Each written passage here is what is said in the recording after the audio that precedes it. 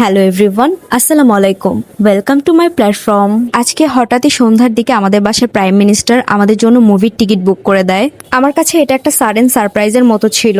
আসলে আমি মুভি দেখতে আসার জন্য একদমই প্রস্তুত ছিলাম না। চলে আসলাম ব্লকবাস্টারে। সেখানে গিয়ে টিকিট দেখে জানলাম আমরা আসলে উৎসব মুভি দেখতে এসেছি।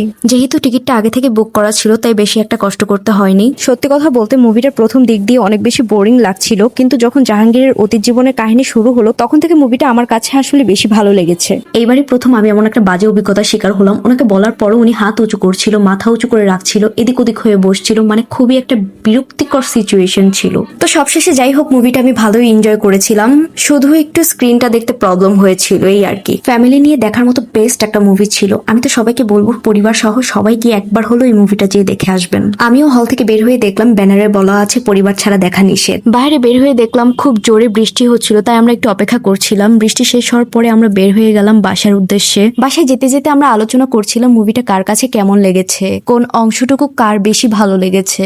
আজকে সন্ধ্যা নিয়ে এক কথায় বলতে গেলে, this evening was truly memorable and very enjoyable.